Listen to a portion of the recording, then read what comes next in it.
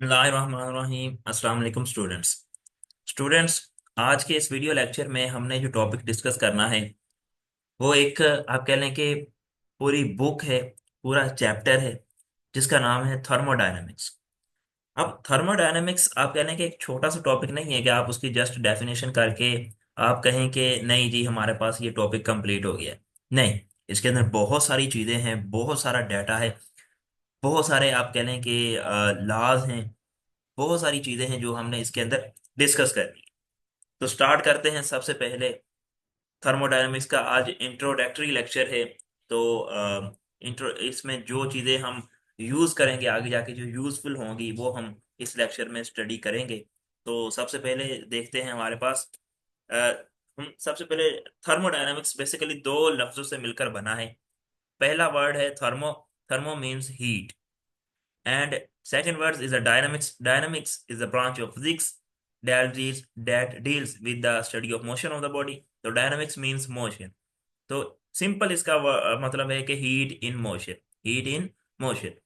तो thermodynamics is a branch of physics that deals with the study of heat, energy and work and how they interact with each other.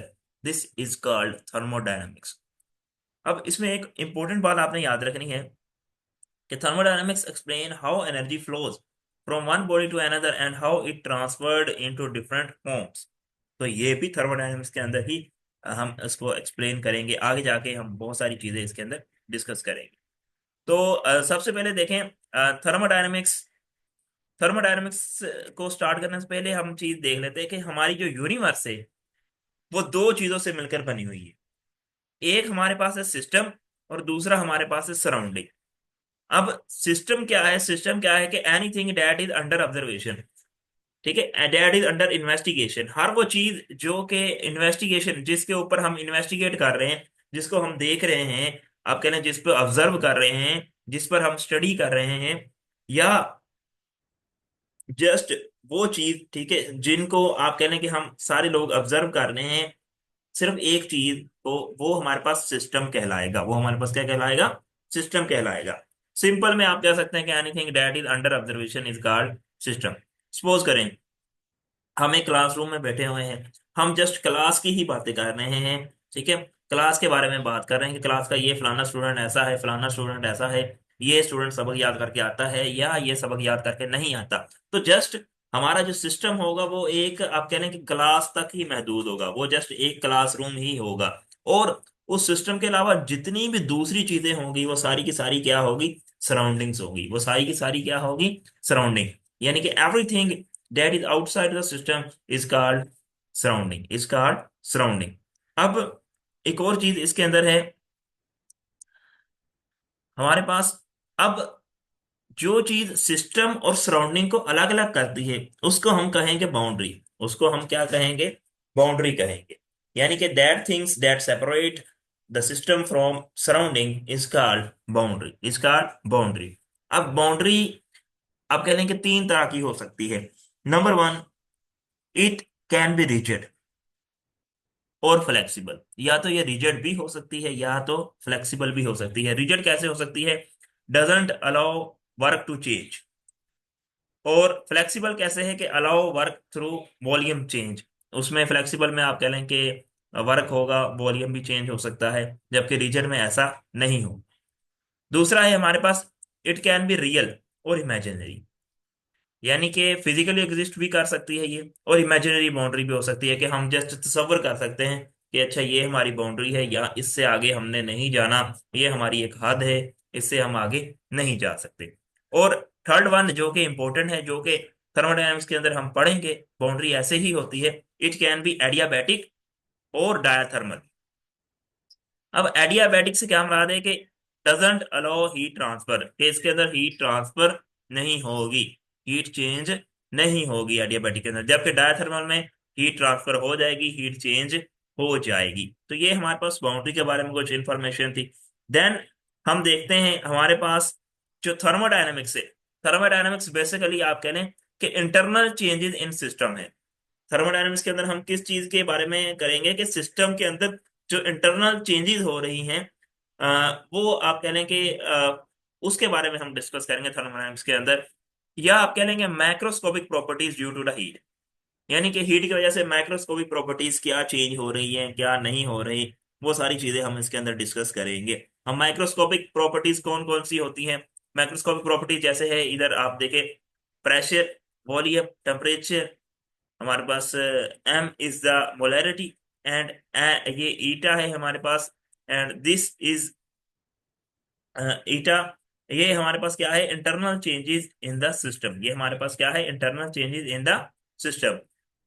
अब ये हमारे पास macroscopic properties है। इसी तरह हमारे पास kinetic theory of gases भी आपने पढ़ा होगा, लेकिन वो आप कह लें कि मॉलिक्यूल्स स्पीड से रिलेटेड है, वो माइक्रोस्कोपिक प्रॉपर्टीज है। वो सिस्टम की कौन सी प्रॉपर्टीज है? माइक्रोस्कोपिक प्रॉपर्टीज है। ठीक है। तो आप कह लें कि हम इसके अंदर जो दो चीजों का जिक्र करेंगे वो ज्यादातर होगा हीट और वर्क का होगा। ठीक है। हीट क्या होगी? Energy transferred between objects due to temperature difference. और वर्क क्या होगा? Energy transfer when a force moves an object, यानी कि जब ऑब्जेक्ट मूव करेगा देन जो एनर्जी ट्रांसफर होगी वो हम वर्क में पढ़ेंगे। और जब आप कह रहे हैं कि टेम्परेचर डिफरेंस की वजह से जो एनर्जी ट्रांसफर होगी वो हम हीट की वजह से पढ़ेंगे। और भी बहुत सारी चीजें हैं, हम इसको आगे जाके एक्सप्लेन करेंगे कि हीट क्या चीज है। ठीक है। अब देखें हमारे पास है types of system.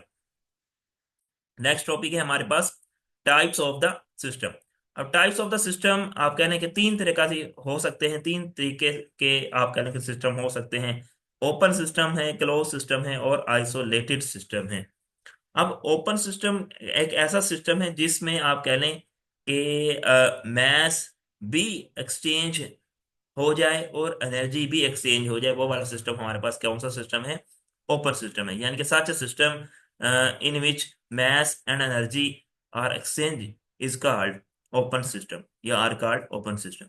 Similarly, the next है हमारे पास closed system। closed system में आप देखें कि mass चेंज नहीं होगा, एक्सचेंज नहीं होगा, जबकि एनर्जी एक्सचेंज हो जाएगी। ठीक है। mass एक्सचेंज नहीं होगा जबकि एनर्जी एक्सचेंज हो जाएगी। तो and isolated, iso mean same, and इसका मतलब है कि ना ही मैस एक्सचेंज होगा ना ही एनर्जी एक्सचेंज होगी। ऐसे सिस्टम को हम क्या कहेंगे? आइसोलेटेड सिस्टम कहेंगे। जैसा कि थर्मस की एग्जांपल है कि थर्मस में अगर हम चाय डालते हैं तो चाय की क्वांटिटी भी कम नहीं होती, यानी कि मैस भी एक्सचेंज नहीं होता, जबकि वो गर्म ठंडी भी नहीं होती, तो इसका मतलब है एनर्जी भी एक्सचेंज नहीं होती। तो ये हमारे पास है types of the system. Next है हमारे पास थर्मोडायनेमिक्स पैरामीटर्स। थर्मोडायनेमिक्स वेरिएबल्स भी इसे कहते हैं, थर्मोडायनेमिक्स प्रॉपर्टीज भी इसे कह सकते हैं। ज्यादातर इसे थर्मोडायनेमिक्स पैरामीटर्स ही कहते हैं। ये दो तरीके के हो सकते हैं, एक है एक्सटेंसिव और दूसरा है इंटेंसिव। अब एक्सटेंसिव पैरामीटर्स कौन से पैरामीटर्स होते हैं? That depend on the size of the matter in the system, यानी कि जो डिपेंड करेगा साइज ऑफ मैटर पे वो एक्सटेंसिव पैरामीटर्स होंगे। और दूसरा इसका क्या है? डिपेंड ऑन द अमाउंट, या अमाउंट की जगह आप क्वांटिटी भी लिख सकते हैं, quantity of matter in the system. अब एग्जांपल क्या है? जैसे मैस, जैसे क्या है? मैस, वॉल्यूम है, नंबर ऑफ मोल्स है, हीट कैपेसिटी है, एनर्जी है, हीट है, हमारे पास एंथैल्पी है, एंथ्रोपी है, गिब्स फ्री एनर्जी है। ये सारे के सारे हमारे पास क्या है? एक्सटेंसिव पैरामीटर्स है। यानी कि आप देखें, किसी भी चीज का आपने मैस लेना हो, अब किसी भी चीज का एक एग्जांपल के जरिए आपको समझाते हैं, किसी भी चीज का आपने मैस लेना हो तो वो साइज ऑफ मैटर पे तो लाजमी डिपेंड करेगा, क्वांटिटी ऑफ मैटर पे भी डिपेंड करेगा। अगर उसकी क्वांटिटी ज्यादा है तो डेफिनेटली इसका मतलब है कि उसका मैस या वॉल्यूम उसका क्या होगा? ज्यादा होगा, या नंबर ऑफ मोल्स उसके क्या होंगे? ज्यादा होंगे। जबकि इंटेंसिव पैरामीटर में doesn't depend on the size of the matter in system and doesn't depend on the amount या quantity of the matter of the system, ये डिपेंड नहीं करेगा। जैसा कि डेंसिटी है। अब डेंसिटी आप कह रहे हैं वाटर की एक पूरे टैंकी की, आप उसमें आप कह रहे हैं कि वाटर की डेंसिटी मालूम कर लें, या एक छोटे गिलास में पानी की डेंसिटी मालूम कर लें, तो डेंसिटी वाटर की सेम ही रहेगी। तो ये डिपेंड नहीं करेगी क्वांटिटी पे, या ये साइज पे डिपेंड नहीं करेगी। Similarly refractive index, specific heat capacity, temperature, pressure, ये हमारी सारी चीजें क्या है? इंटेंसिव पैरामीटर से। नेक्स्ट है हमारे पास, अच्छा एक और इसमें इंपॉर्टेंट पॉइंट्स ये है कि अगर हमारे पास दो एक्सटेंसिव प्रॉपर्टीज, ठीक है, डिवाइड हो रही हूँ, दो इंटेंसिव प्रॉपर्टीज आपस में क्या हो रही हो? एक्सटेंसिव प्रॉपर्टीज आपस में डिवाइड हो रही हूँ, तो उसका जो जवाब आएगा वो क्या आएगा? इंटेंसिव आएगा। उसका जवाब क्या आएगा? इंटेंसिव आएगा। जैसा कि आप देखते हैं एंट्रोपी, एंट्रोपी एक एक्सटेंसिव पैरामीटर है। सिमिलरली नंबर ऑफ मोल्स भी एक एक्सटेंसिव पैरामीटर है। ठीक है। तो ये आप कह रहे हैं कि दोनों मिलकर क्या बनाते हैं, मोलैरिटी। ये दोनों मिलकर क्या बनाते हैं, मोलैरिटी। तो ये एक इंटेंसिव पैरामीटर है, मोलैरिटी। सिमिलरली आप कह लें कि पीएच हमारे पास हो सकती है, कंसंट्रेशन ऑफ हाइड्रोजन, उसका ये फार्मूला होता है। ये भी एक इंटेंसिव पैरामीटर हो सकता है। नेक्स्ट है हमारे पास स्टेट वेरिएबल्स। अब स्टेट वेरिएबल्स कौन से होते हैं, नाम से पता चल रहा है कि what are the state variables. State function या state variable, that function which can be define state variable. ऐसा फंक्शन जो कि स्टेट वेरिएबल्स को डिफाइन करे, ऐसे फंक्शन को हम क्या कहेंगे, स्टेट फंक्शन कहेंगे। ऐसे फंक्शन को हम क्या कहेंगे, स्टेट फंक्शन कहेंगे। अब स्टेट वेरिएबल्स होंगे कौन कौन से। Number one, pressure. प्रेशर एक स्टेट वेरिएबल है, चेंज हो सकता है। टेम्परेचर एक स्टेट वेरिएबल है। वॉल्यूम भी स्टेट वेरिएबल है। Internal energy, enthalpy, entropy, gives free energy, number of moles, ये सारे के सारे हमारे पास क्या हैं, स्टेट वेरिएबल्स हैं। तो ऐसे फंक्शन जो स्टेट वेरिएबल को डिफाइन करे उसको हम क्या कहेंगे, स्टेट फंक्शन कहेंगे। अब these are all state variable, change in state variable that depends on the initial and final condition states।